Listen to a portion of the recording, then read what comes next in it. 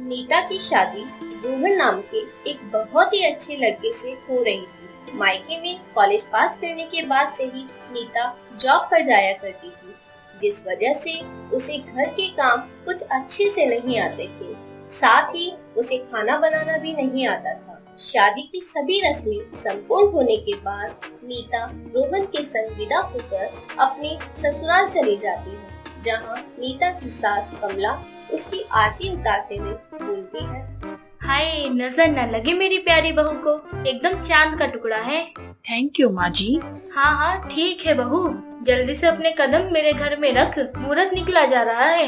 वो तो ठीक है माँ जी, पर कौन सा पैर आगे रखूं मुझे नहीं पता।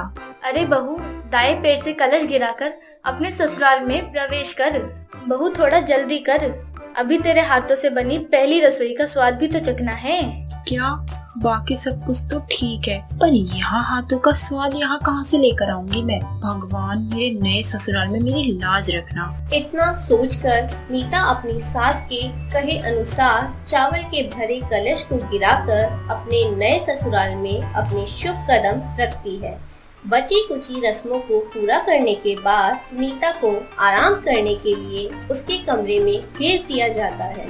कुछ ही देर बाद कमरे में रोहन आ जाता है। अरे क्या हुआ नीता, और तुम्हारे चेहरे के होश क्यों उड़े हुए हैं? क्या हो गया मेरी नई नवेली दुल्हन को? किसी ने कुछ कह दिया या मायके की याद आ रही है? जी नहीं, मुझे किसी ने कुछ नहीं कहा। तो तुम लोकी जैसी शक्ल बना के क्यों बैठी हो? वो दरअसल बात ये है कि शादी की सभी रस्मों के बाद मेरी पहली रसोई की भी रस्म हो गई। हाँ, तो उसमें क्या प्रॉब्लम है? अरे, मुझे खाना बनाना बहुत अच्छे से नहीं आता, और आपने तो सुना ही था कि माँ जी ने क्या कहा। खुद समझ नहीं आ रहा कहीं ऐसा ना हो कि पहली रसोई के बाद में माँ जी उन टिपिकल सास की तरह ट्रीट करने लगे, जो अपनी बहू पर सारा दिन डंडा बरसाती रहती हैं। अरे पागल हो गई हो क्या? ऐसा कुछ नहीं होगा। जो काम तुम्हें नहीं आता वह काम तुम माँ से सीख लेना। एंड माय डियर वाइफ, ये रात खाने की रेसिपी के बारे में बात करने की नहीं है, तो जरा आप अपने इन ख्यालों को भूल जाइए और हमसे थोड़ा प्यार फरमाइए। अगले दिन नीता जल्दी उठकर सुबह सवेरे नहा धोकर तैयार हो जाती है और मंदिर में आरती करने के लिए पहुंच जाती है।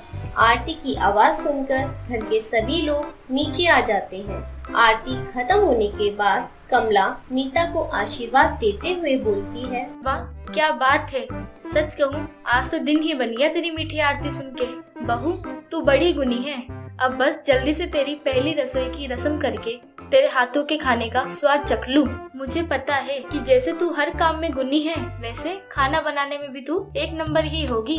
वो तो आप खाना खाने के बाद ही तय कर लेना, जब मेरी पहली रसोई की रस्म हो जाएगी, कि खाना बनाने में मेरा हाथ तंग है या फिर है ही नहीं। मतलब खाने में कितना स्वाद है, ये आप तभी देख लेना, पहले क्या ही तारीफ करना। अरे नीता, रख लो, माँ का प्यार है। आज तक माँ ने कभी मुझे इतना प्यार नहीं किया। उन्हें तुम पर पूरा भरोसा है, इसलिए कह रही है। अरे अब सब बातें ही करते रहोगे, चलो जल्दी से बाकी की रस्मों को भी पूरा कर ले। एक दो दिन में शादी की सभी रस्में हो जाती है और अब सबसे जरूरी बहू की पहली रसोई की रस्म की बारी आ जाती है। तभी कमला उसके पास आती है और बोलती है, ले बहू, आखिर आ ही गया वो दिन जब मैं तेरे हाथों का खाना खाऊंगी। इस रस्म के बाद सारी रस्में खत्म। चल दोनों सास बहू रसोई में चलते हैं। जी माँ, जैसा आप कहें। चलिए पहली रसोई की रस्म को शुरू करते हैं। भगवान बचा लेना, बाकी सारी चीजें तो मैंने अच्छे से कर ली। मेरी सास मुझे इतना प्यार भी कर रही है, कहीं ऐसा ना हो पहली रसोई की रस्म के चक्कर में मेरी बेइज्जती ना हो जाए। अपनी सास को सच भी नहीं कह सकती। ऐसे ही सोचते हुए नीता और कमला दोनों रसोई में पहुंच जाते हैं। अब जल्दी से बहू तू कुछ मीठा बना दे, बाकी जो तेरा मन करे वह बना देना। हम दोनों माँ बेटे खुशी खुशी खा लेंगे। हाँ बस याद रखना कि मीठा जरूर बनाना है। फिर चाहे तू खीर बना दे, हलवा बना दे या मालपुए बना ले, तेरी मर्जी है। मैं बाहर जा रही हूँ 1 घंटे तक, तो सब कुछ बनाकर रेडी रखना, तब तक रोहन भी आ जाएगा। इतना कहकर कमला जा ही रही होती है, तभी वहाँ उसकी पड़ोसन निर्मला आ जाती है और बोलती है, अरे कमला बहन, कैसी हो?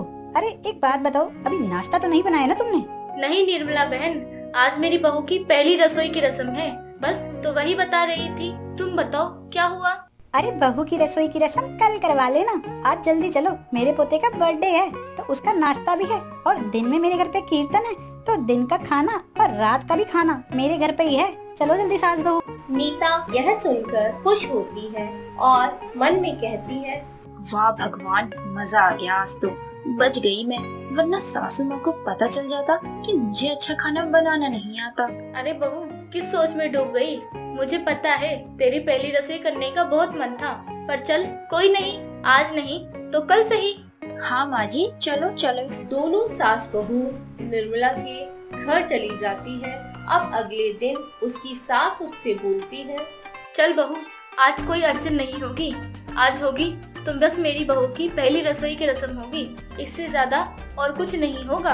अब मैं और इंतजार नहीं कर सकती तेरे हाथों का स्वाद चखने के लिए। जाकर रसोई में सूजी का हलवा बना दे। हाँ माँ जी। अपनी सास की बात सुनकर नीता रसोई में जाती है। हे भगवान, मेरे को तो सूजी का हलवा बनाना भी नहीं आता। अरे मुझे ये भी नहीं पता कि नमक कौन सा है और चीनी कौन सी है। अब तो मैं बना देती हूँ हलवा, जैसा भी बनेगा देखा जाएगा। नीता जैसा तैसा हलवा बनाकर अपनी सास के पास लेके जाती है और कमला हलवा खाती है। नीता बहू, हलवा तो बहुत अच्छा बना है, लेकिन इसमें चीनी की जगह नमक कुछ ज्यादा ही डाल दिया। माँ जी, मुझे माफ कर दीजिए। मैं हमेशा से ही ऑफिस के काम में इतना बिजी रहती थी कि मुझे घर के काम सही से करना कभी आया ही नहीं। बाकी सारी चीजें तो मैंने जैसे तैसे कर ली थी, लेकिन ससुराल की इस पहली रसोई की रस्म को मैं अच्छे से नहीं कर पाई। मुझे माफ कर दीजिए माँ जी, प्लीज मुझे घर से मत निकालिएगा।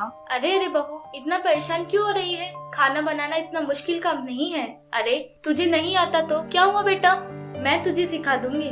मैं भी तो तेरी माँ ही हूँ ना, तू डर मत, मैं तेसा तेसा कुछ नहीं करूँगी।